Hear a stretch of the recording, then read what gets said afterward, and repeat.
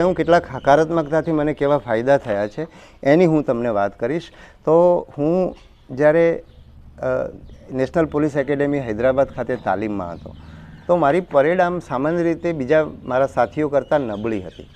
હવે જ્યારે પરેડની પરીક્ષા એટલે એક લગભગ વર્ષ પૂરું થવા આવ્યું, 8, 9, 10 મહિનાની તાલીમ પછી જ્યારે પરેડની પરીક્ષા આવી એ દિવસમાં મને એક અંગ્રેજી ચોપડી મળી ગઈ જે સેલ્ફ હેલ્પની હતી. એની ચોપડી ઉપર એનું શીર્ષક પણ હેલ્પ કરીને કંઈક હતું, એવું મને એનું શીર્ષક પણ યાદ છે. અને એમાં મેં વાંચ્યું હકારાત્મકતા વિશે.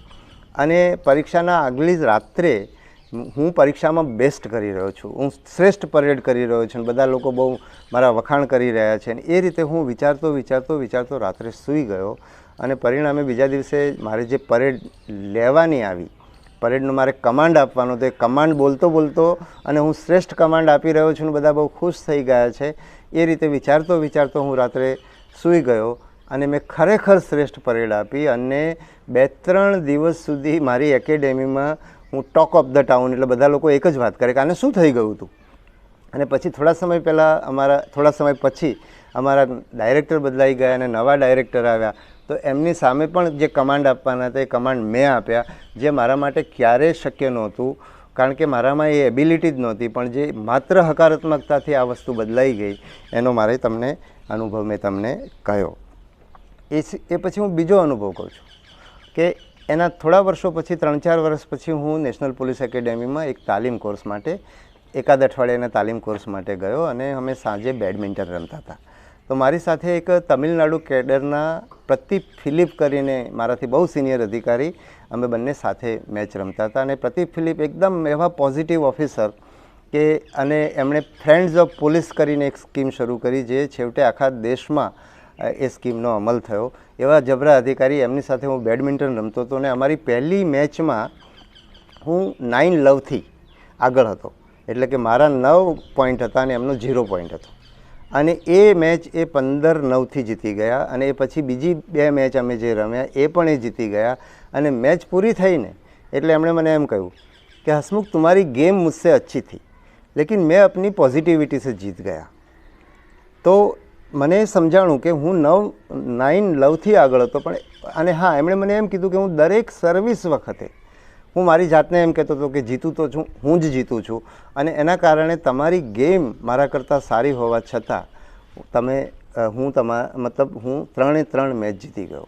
અને પછી તો મને એમ કીધું કે હું વર્ગમાં બેસું છું ને તો દરેક કલાકે હું એક પોઝિટિવિટીવાળો ગોલ બનાવું છું ને એના પ્રમાણે હું જીવું છું. તો આ જે પોઝિટિવિટીનો અનુભવ જે મેં ત્યાં સાંભળ્યો એ પછી મેં એને 2-3 વખત મેં અમલમાં મૂક્યો. મેં એક ઇન્દિરા ગાંધી નેશનલ ઓપન યુનિવર્સિટીથી મેં MBA કર્યું છે. અને વળી પાછું મેં કશુંક વાંચ્યું, ક્યાંક કશુંક સાંભળ્યું ને મને પાછી હકારાત્મકતા યાદ આવી ગઈ. હું હકારાત્મકતાની વારંવાર વાત એટલા માટે કરું છું કે આપણો સ્વભાવ જ નકારાત્મક સ્વાભાવિક રીતે હોય છે. એટલે નકારાત્મક વિચારો વારંવાર આવે એટલે હકારાત્મકતા પાછી લાવવા માટે આપણે પ્રયત્ન કરવા પડે. એટલે મેં જે પેલું પરેડમાં જેનો ઉપયોગ કર્યો હતો એના પછી 3 વર્ષ પછી મેં પ્રતિક ફિલિપ સાહેબ પાસેથી હું શીખ્યો. અને છતાંય એના બીજા 3-4 વર્ષ પછી હું જ્યારે મારી ઇગ્નુની પરીક્ષા આપતો હતો ત્યારે મેં પાછું ફરી ક્યાંક સાંભળ્યું અને એના આધારે પાછી મેં હકારાત્મકતા શરૂ કરી. અને મારે ઇગ્નુની પરીક્ષાની અંદર મોટા ભાગે મારે C ગ્રેડ આવતા હતા. એટલે એ વખતે મેં એવું નક્કી કર્યું કે મારે 4 વિષયની પરીક્ષા આપવાની હતી. અને એમાંથી મેં નક્કી કર્યું કે આ વખતે મને 4 વિષયમાં A ગ્રેડ આવશે. એટલે સુરતના મારા ઘરેથી હું MTB કોલેજમાં સાયકલ લઈને પરીક્ષા આપવા જતો તો રસ્તાની અંદર મને A ગ્રેડ જ આવી રહ્યો છે એ રીતે હું વિચાર કરું. મારી જે માર્કશીટ આવે છે એની અંદર A ગ્રેડ લખેલો છે એનો વિચાર કરું. પરીક્ષા ખંડમાં બેસીને પેપર હાથમાં આવે ત્યાં સુધી એ વિચાર કરું. આ બધું હું કરતો હતો. એમાં એવું થયું કે એક પેપર બહુ અઘરું આવ્યું. એટલે જેવું પેપર હાથમાં આવ્યું ને એટલે પહેલો વિચાર આવ્યો કે આ વખતે ફેલ. અત્યાર સુધી એકે વાર ઇગ્નુનું પેપર આપ્યું છે, ફેલ નથી થયા, આ વખતે ફેલ જ થઈ જવાશે. એટલે સામાન્ય રીતે પરીક્ષા શરૂ થયા પછી હું હકારાત્મકતાનો અમલ નહોતો કરતો. એ અંગે A ગ્રેડ આવશે એવું વિઝ્યુલાઇઝેશન નહોતો કરતો. પણ એ વખતે મને નિષ્ફળતાનો ડર પેદા થયો. એટલે મને એમ થયું કે ના, આ વખત તો A ગ્રેડ જ આવશે એમ માનીને મેં પરીક્ષા આપી. એ પરીક્ષા અને પરિણામમાં એ એક જ વિષય એવો છે કે જેમાં મને B ગ્રેડ આવ્યો છે. ઇગ્નુના મેં આગળ પાછળ થઈને કુલ 21 વિષયોની પરીક્ષા આપી છે. અને આ જે પેપર એવું હતું કે જેની અંદર મને એમ થયું કે હું નાપાસ જ થઈ જઈશ, એ વિષયની અંદર એકમાત્ર વિષયની અંદર મારો બી ગ્રેડ આવ્યો છે. આ છે તાકાત હકારાત્મકતાની. આવા જ મારે તમને જીવનના બીજા ક્ષેત્રની અંદર વાત કરવી છે. તો હું ભાવનગર એસપી હતો અને અમારી એક ડીજીપી ક્રિકેટ ટુર્નામેન્ટ થતી હોય છે. 40 કે 50 ઓવરની મેચ હોય છે. એટલે અમારી જે પહેલી લીગ મેચ હતી ભાવનગરની અંદર જુનાગઢ રેન્જની અમારી ટીમ અને રાજકોટ શહેરની ટીમની બંનેની વચ્ચે અમારી મેચ થયેલી. અને મને પેલી હકારાત્મકતાનો અનુભવ બહુ નજીકના સમયમાં જ એના એકાદ વર્ષ પહેલાં જ મેં ઇગ્નુમાં એનો અમલ કરેલો અને એ વખતે હું બહુ જ આ પ્રયોગ કરવા માંડેલો. એટલે મેચ માટે મેં એવું નક્કી કરી દીધું.